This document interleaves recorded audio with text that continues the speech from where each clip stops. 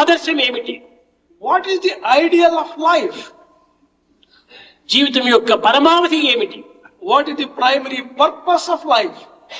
ఈ విషయమై ఏ వ్యక్తి కూడాను అధికంగా యోచించుటకు ప్రయత్నించటం లేదు. No person seems to be thinking on these lines to find out the truth.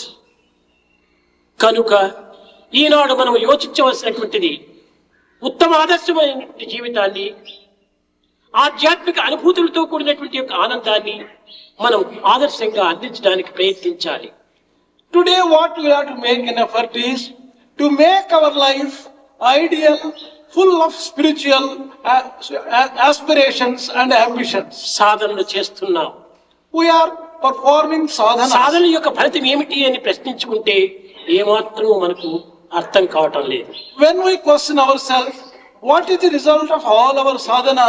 The answer is not coming forward. ఇవన్నీ కూడాను కేవలము మానసిక సంతృప్తి నిమిత్తమై ఆచరించేటువంటి ప్రక్రియలే. All these sadhanas are only meant to give a mental satisfaction and nothing more.